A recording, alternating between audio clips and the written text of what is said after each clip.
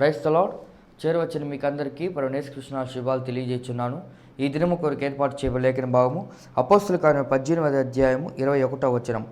అతడు ఒప్పక దేవుని చిత్తమైతే మీ యొద్దకు తిరిగి వస్తున్నానని చెప్పి వారి యొద్ద సెలవు పుచ్చుకొని ఓడ ఎక్కి ఎఫెసు నుండి బయలుదేరెను. Praise the lord. దేవునికి స్తోత్రం. హల్లెలూయా, హల్లెలూయా, హల్లెలూయా, స్తోత్రం. Good morning. Praise the Lord. Shalom, maranatha. Shanti టీవీలో ప్రసారం అవుతున్నటువంటి ఆయన హెచ్చవలసి ఉన్నది, హీ మస్ట్ ఇంక్రీజ్ అనేటువంటి అనుదిన ఆత్మీయ కార్యక్రమ వీక్షకులైన మీ అందరికీ నా హృదయపు లోతులో నుంచి ప్రత్యేకమైనటువంటి వందనాలు తెలియజేస్తున్నాను.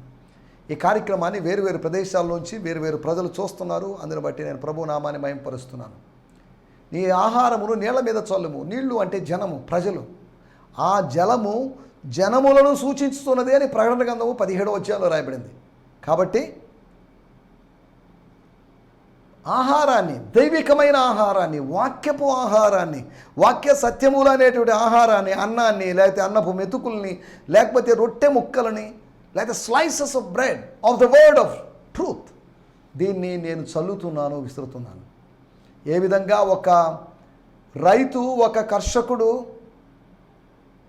ఏ విధంగా విత్తనాలను చల్లుతాడో అలాగే వాక్యపు విత్తనాల్ని, వాక్యపు ఆహారాన్ని, విత్తనమే ఆహారము, కొన్నిసార్లు విత్తనము ఆహారంగా మారుతుంది. అనగా విత్తనము అది విత్తబడి అది మొక్కగా, లేకపోతే పంటగా, లేకపోతే కంకిగా అలా మారినప్పుడు అది ఆహారంగా మారుతుంది.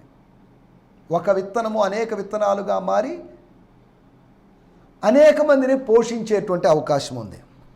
దేవుని స్తోత్రం. ఈ సమయంలో మనం దేవుని మాటలు వినడానికి వచ్చాం. We have come to the presence of God. ఓ టీవీ ఛానల్ దగ్గరికి వచ్చామని కాదు, టీవీ ఛానల్ ఓపెన్ చేశామని కాదు, లేకపోతే మన రిమోట్ మన చేతిలో ఉంది కాబట్టి దాని ఒక ఛానల్ మార్చామని కాదు. దేవుని సాన్నిధ్యానికి మీరు వచ్చారు. ఇక్కడ దేవుని సాన్నిధ్యాన్ని నేను అనుభవిస్తున్నాను.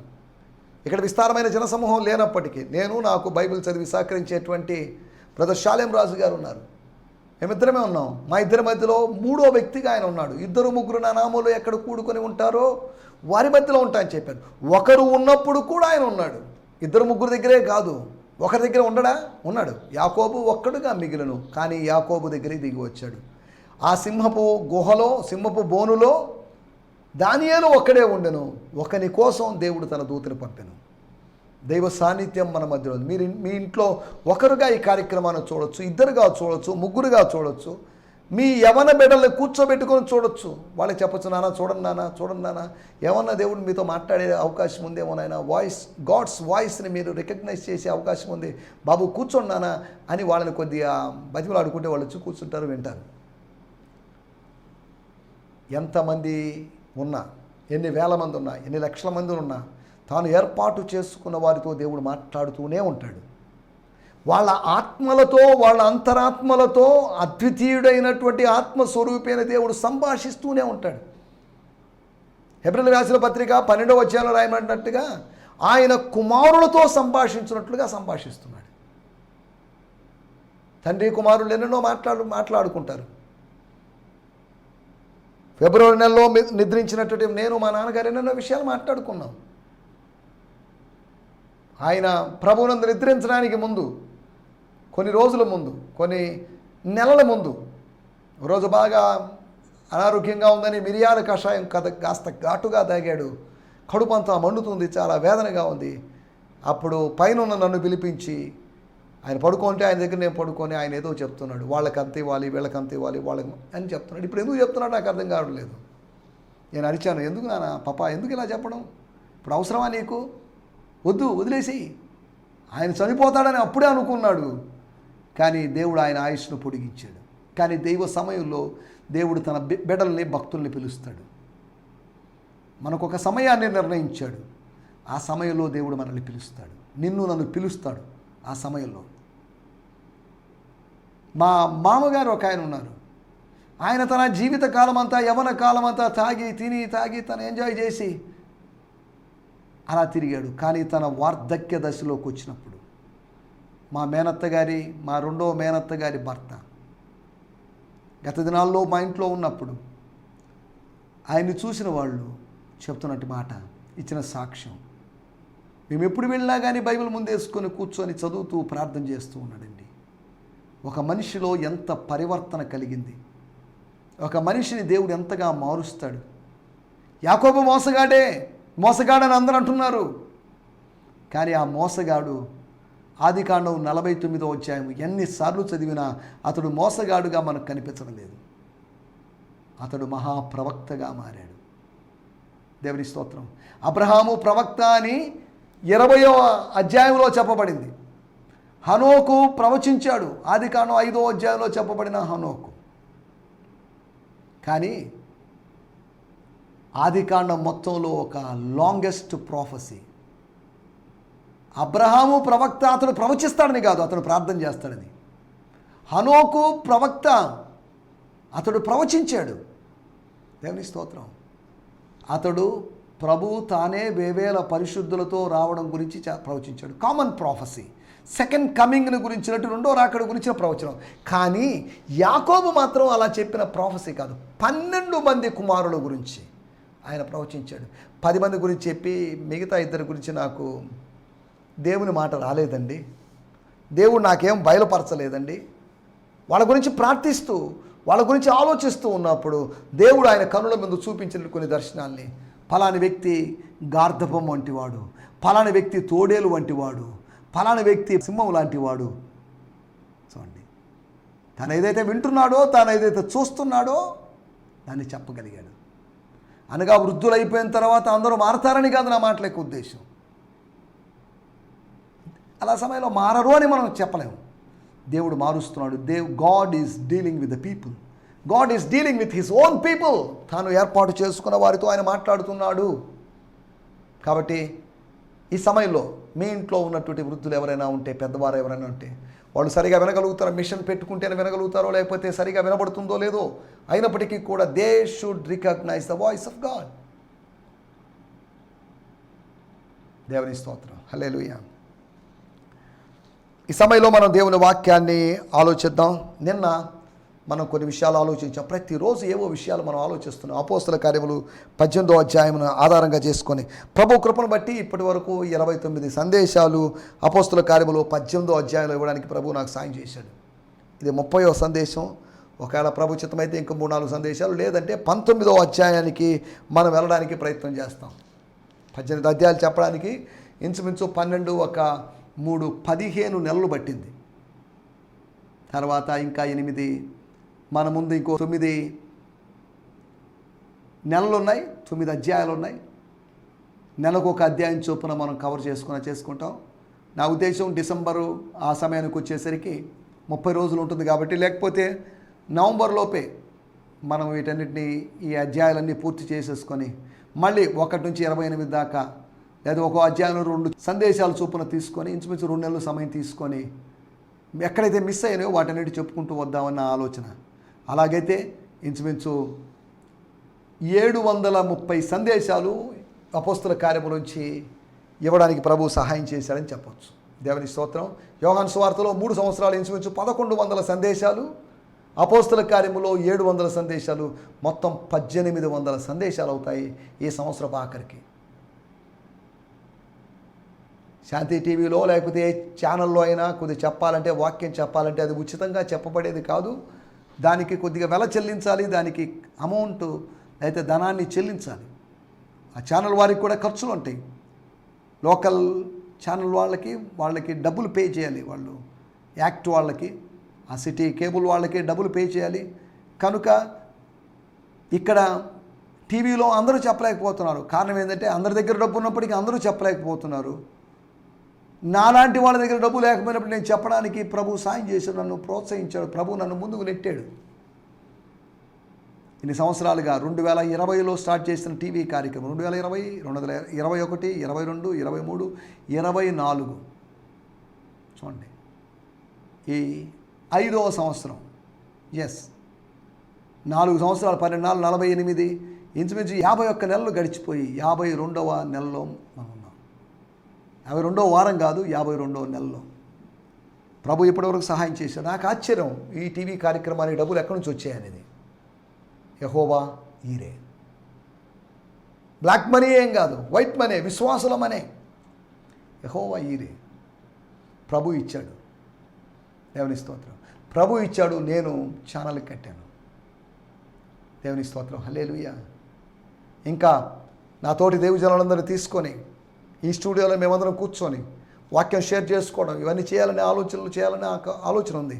ప్రభు చిత్తమైతే 2026 సంవత్సరం నుంచి అలా చేయడానికి ప్రయత్నం చేద్దాం. దేవుని స్తోత్రం. రండి మనం ఈ సమయంలో దేవుని చిత్తాన్ని గురించి ఆలోచిద్దాం. నిన్న వ్యాపారం విషయంలో, వ్యాపారం చేయడం తప్పేం కాదు, కానీ మోసపూరితమైన న్యాయమైన త్రాసు వాడాలి. వ్యాపారం చేయడం తప్పు కానే కాదు. Business is not a sin. Doing business is okay. We need it. We should do it. జీవన వ్యాపారాల్లో చిక్కుకోకూడదు అనే సమయంలో వ్యాపారం చేయాలి. నా జీవనోపాధి కోసం నేను వ్యాపారం చేయాల్సిన అవసరం ఉంది. వ్యాపారం తప్ప వేరేవి చేయడానికి ఇంట్రెస్ట్ లేని వాళ్ళు కొంతమంది ఉంటారు. అలాగని వ్యాపారం చేయడం అంత తక్కువ పనేం కాదు, అది ఈజీ పనేం కాదు. దాంట్లో ఉన్నటువంటి సాధక బాధలు, ఎన్నో రిస్కులు ఉంటాయి. మాట్లాడాలి, ప్రజలు ఒప్పించాలి, మన ప్రోడక్ట్ వాళ్ళ చేతిలో పెట్టాలి. ఎంత రిస్క్ ఇది.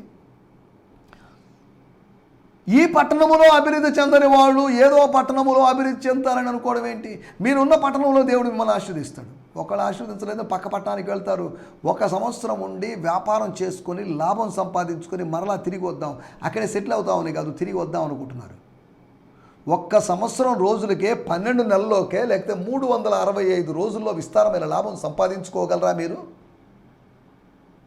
1 ఇయర్కి కావాల్సిన ఇయర్ ప్లాన్ ఒకటి చేసుకున్నారే, రేపేమి జరుగునో మీకు తెలియదు కదా.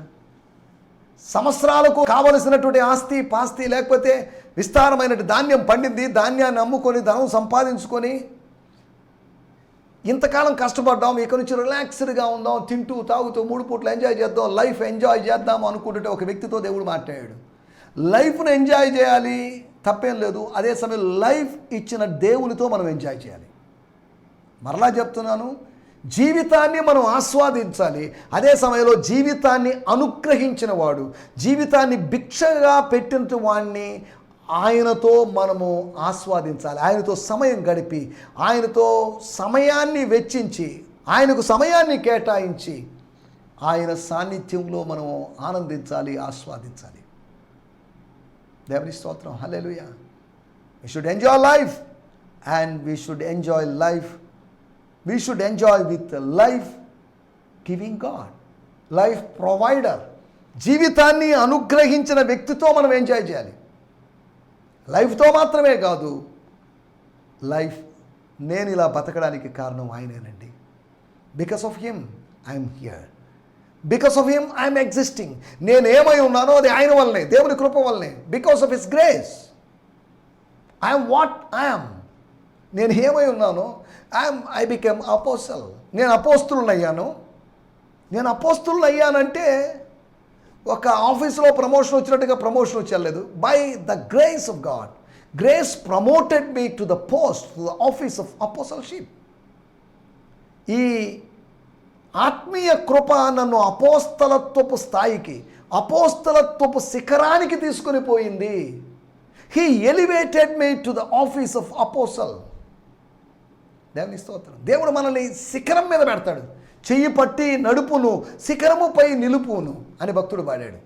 శిఖరాల మీద ఉండాల్సినోడి నువ్వు. లోయలోనో ఎక్కడో ఉండి, మరుగున ఉండి, లేవలేని స్థితిలో ఉండి, పడిపోయిన స్థితిలో ఉండాల్సినోడు కాదు. దేవుడు నేను శిఖరం మీద పెడతాడు. శిఖరం మీద తన సాన్నిధ్యం ఉంది కనుక శిఖరం మీద కలుసుకోవడానికి నిన్ను పిలిచి, శిఖరం మీద శాసనాలను ఇచ్చి, దేవుని స్తోత్రం, రాతి పలకలను తీసుకుని పోయి, అవి రాయబడిన రాతి పలకలు, ఖాళీ రాతి పలకలు కాదు, శిఖరం మీద తీసుకుని పోయి శాసనాలను ఇచ్చినటువంటి సృష్టికర్త అయినటువంటి దేవుడు.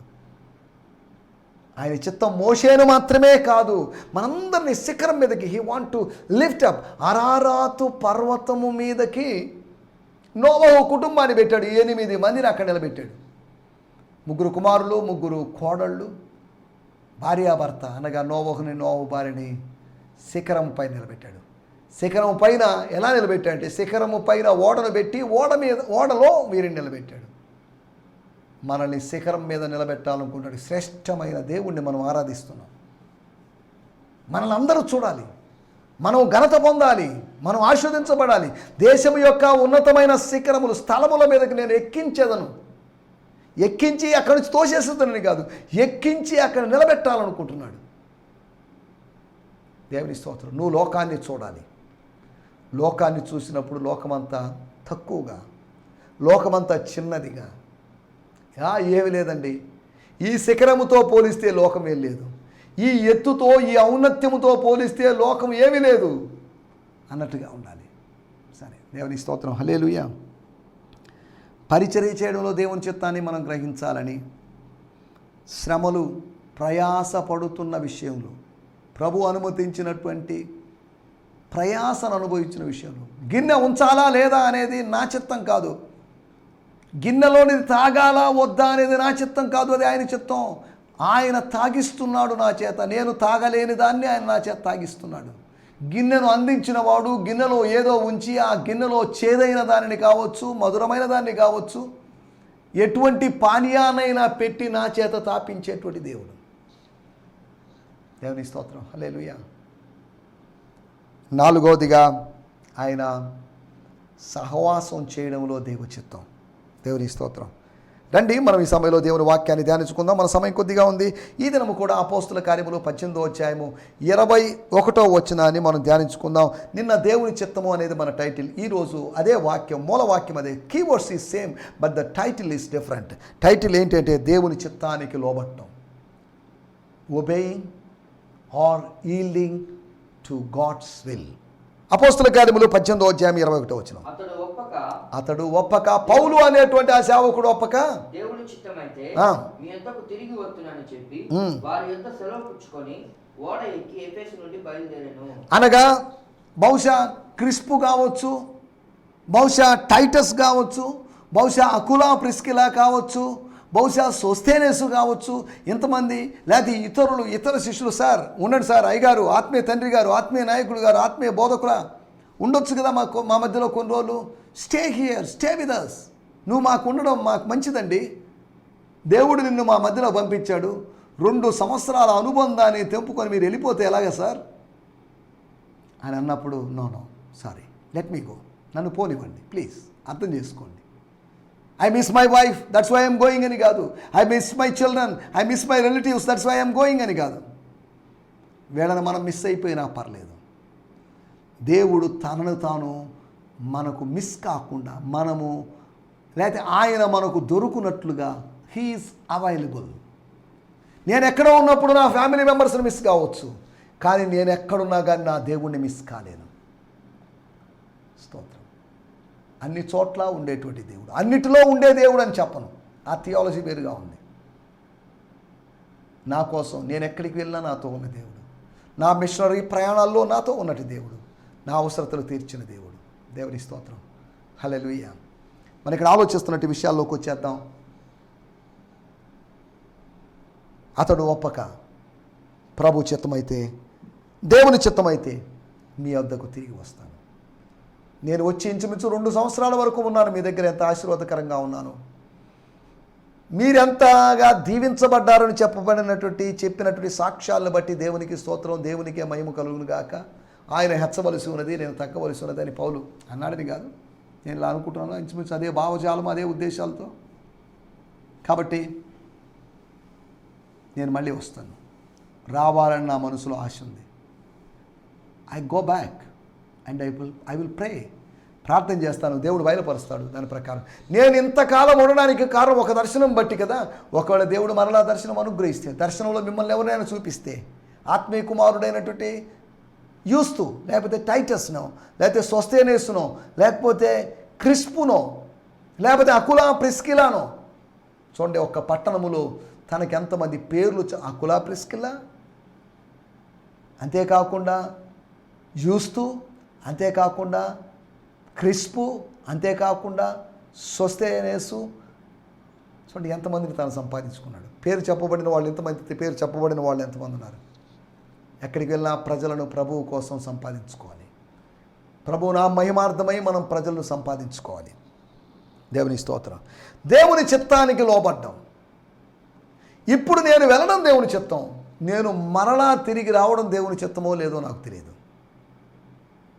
I have to go. That's God's will. I don't know either coming back is God's will or not. I don't know. నాకు అది తెలియదు. ఇప్పుడు దేవుని చిత్త ప్రకారం నన్ను వెళ్ళనివ్వండి. దేవుని చిత్తమైతే నేను తిరిగి వస్తాను. మీకు నాకు శత్రుత్వం లేదు. మీరందరూ ఇది couldn't become my home. నా సెకండ్ హోమ్ లాగా, నా థాట్స్ లాగా మారింది. That's why I will surely come back. నేను అక్కడికి వెళ్ళినా, యెరూషలేం వెళ్ళినా, ఎక్కడికి వెళ్ళినా మీ గురించి సాక్ష్యం చెప్తాను. దేవుని స్తోత్రం, హల్లెలూయా అని వాళ్ళ దగ్గర సెలవు తీసుకున్నాడు. దేవుని చిత్తానికి లోబడ్డం అనే దాని గురించి, దేవుని చిత్తం బయలుపరచబడినప్పుడు దానికి లోబడాలి. బయలుపరచబడినటువంటి we should obey to the revealed will of God. బయలుపరచబడినటువంటి దేవుని చిత్తానికి లోబడి ఉన్నామా? దేవుని చిత్తం బయలుపరచబడాలని ప్రార్థన చేస్తున్నాం. Okay, that's good. కానీ దేవుని చిత్తము దేవుని వాక్యములో బయలుపరచబడింది. దాని ప్రకారం మనం జీవిస్తున్నామా? దానికి లోబడి ఉన్నామా? మనకు లభించిన దానిని బట్టి, అనగా బయలుపరచబడిన దాన్ని బట్టి, మనకు ఆత్మలో లభించిన దాన్ని బట్టి, దేవుడు మనకు ఆత్మలో బయలుపరచిన దాన్ని బట్టి, దేవుడు మనకు ఇచ్చినటువంటి రేమా వర్డ్ని బట్టి మనం నడుచుకుంటున్నామా? ఆత్మీయ జీవితంలో ముందుకు సాగుతున్నామా అనేవి మన ముందున్న ప్రశ్నలు. దేవుని స్తోత్రం, హల్లెలూయా. 4 విషయాలు మీకు త్వరగా జ్ఞాపకం చేస్తాను. దేవుని చిత్తానికి లోబడడం నేర్చుకోవడం కోసం చదవండి. లూకాసు వార్త 1వ అధ్యాయము 38వ వచనం. అందుకు మరియా, ఇదిగో ప్రభు దాసురాలను, నీ మాట చొప్పున నాకు జరుగునుగాక నేను.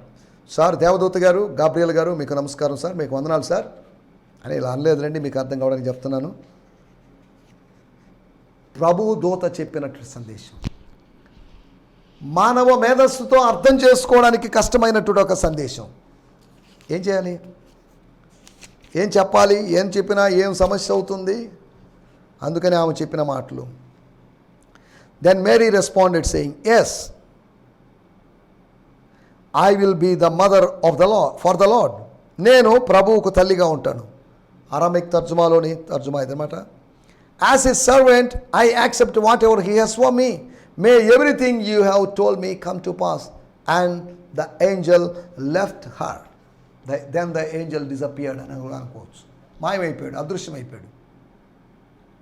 ప్రభువుకు తల్లిగా ఉండేటువంటి భాగ్యం, ప్రభువుకు భౌతికమైన తల్లిగా ఉండేటువంటి ఆ ధన్యత నాకు ఇస్తానంటే నేను ఓకే అంటున్నాను.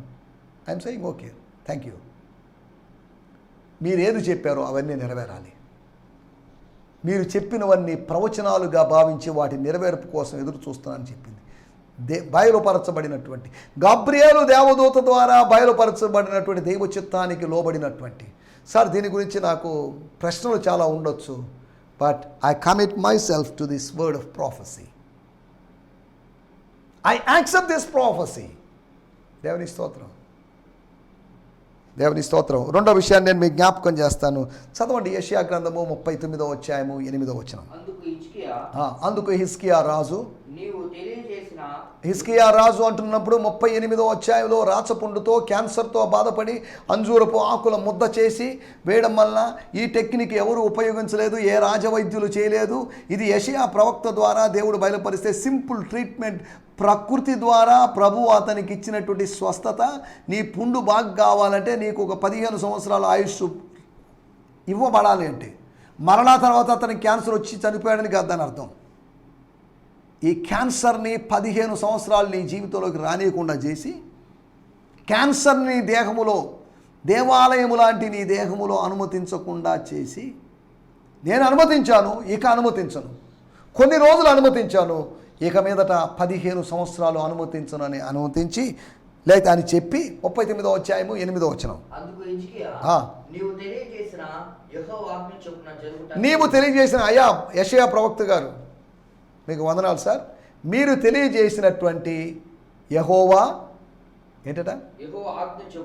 దేవుని చిత్త ప్రకారం, దేవుని ఆజ్ఞ, లార్డ్స్ కమాండ్, స్తోత్రం, చొప్పున జరుగుట మేలు. లేదా నువ్వు చెప్పింది జరగాలండి, మీరు చెప్పింది జరగనివ్వండి. దేవుని చిత్తమైతే అలా జరుగుతుందండి. ఏం చేస్తాం? ఏం జరగాలి? ఇతను బాగైపోయిన తర్వాత 15 సంవత్సరాల కాలంలో జరిగినటువంటి విషయాలు ఏంటంటే తనకు బాగైంది, తనను దేవుడు ఆశీర్వదించాడు అని అన్యజనులైనటువంటి బబులోనీయులను పిలుచుకొచ్చి తన ఇంటిని వాటన్నింటినీ చూపించుకున్నాడు. అప్పుడు దేవుడు బాగుపడినటువంటి కృతజ్ఞతా కూడికను, కృతజ్ఞతా గీతాన్ని ఆలపించినటువంటి హిజ్కియా దగ్గరికి దేవుడు యెషయాను పంపించాడు. అది జరిగిన స్టోరీ. ఆయన అడిగాడు, ఏంటి సార్ ఎవరోళ్ళు వాళ్ళంతా వచ్చిపోయినట్టున్నారా? వాళ్ళు ఏముందిలేండి బబులోనీయులు, వాళ్ళు ఎందుకు రానిచ్చావు? రాకూడని వారు వచ్చారు కదా. అందుకని ఒక ప్రాఫెసీ చెప్పాడు. నీ నిధులన్నిటినీ, నీ శ్రేష్టమైన వాటిని ఇక్కడి నుంచి వాళ్ళు తీసుకొని పోతారు, దోచుకొని పోతారు. నీ సంతానాన్ని, నీ కుమారులని వారు నపుంసకులుగా మారుస్తారు. నీకు మగ సంతానం లేకుండా చేస్తారు, వారసులు లేకుండా చేస్తారు. కాబట్టి జాగ్రత్త. సరే, ఓకే, కీడు మీరు మంచి ప్రాఫెసీ చెప్పారు. 38వ అధ్యాయంలో 39వ వచనంలో నెగిటివ్ ప్రాఫెసీ చెప్తున్నారు. ఏదేమైనప్పటికీ either it's a negative or positive, let it be done in my life. Prophecy ఎప్పుడు పాజిటివ్గా ఉండాలి కోరుకోవద్దు. ఇప్పుడంతా పాజిటివ్ ప్రాఫెసీ చెప్తున్నాడు ఫాల్స్ ప్రాఫిట్స్. కానీ నువ్వు చనిపోబోతున్నావు కాబట్టి నీ జీవితాన్ని, నీ ఇంటిని చక్కబెట్టుకోమని చెప్పాడు. నువ్వు బ్రతకబోతున్నావు కాబట్టి అని కాదు, నువ్వు చావబోతున్నావు. సో ప్రాఫెసీ నెగిటివ్గా ఉంది. అది మానవులకు నెగిటివ్గా అనిపించవచ్చు, బట్ పాజిటివ్గా ఉంది, అది స్పిరిచువల్గా ఉంది, అది బ్లెస్డ్గా మారుతుంది. మనం ఆలోచిస్తున్నటువంటి ప్రభు యొక్క చిత్తము నెరవేరడానికి, అనగా ప్రవచనము నెరవేరడానికి మనము ప్రభు చిత్తానికి లోబడాలి. ప్రభు చిత్తానికి లోబడాలి. మరియా తనను తాను సమర్పించుకుంది. రెండవదిగా హిజ్కియా. మూడవది అపోస్తుల కార్యములు 21వ అధ్యాయము 14-11 వచనాలు మనం ఇంతకుముందు కూడా చదువుకున్నాం. అక్కడ పౌలు గారు శ్రమ పొందడానికి, నేను బంధించబడ్డానికి మాత్రమే కాదు, సంహరించబడ్డానికి, చంపబడ్డానికి, I'm ready for die, ready for dying, I'm ready to die.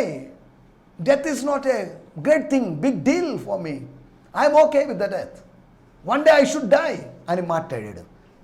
డెత్ని కూడా ఎంత ఈజీగా తీసుకున్నాడు చూడండి. శ్రమ పొందడానికి, తాను శ్రమ పొందే విషయంలో దేవుని చిత్తానికి లోబడ్డాడు. ప్రవచనం నెరవేరే విషయంలో హిజ్కియా లోబడ్డాడు. దేవుని చిత్తం నెరవేరే విషయంలో మరియ లోబడింది.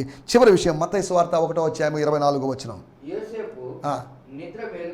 యోసేపు నిద్ర మత్తులో నుంచి మేలుకొని మెలకు వచ్చి ప్రభు దూత అనగా గాబ్రియేలు దూత ఉండొచ్చు, మరియమ్మ గారికి ప్రత్యక్షమైనట్టుగా తనకు ఆజ్ఞాపించినట్లుగా చేసి చాలండి. దేవుని స్తోత్రం.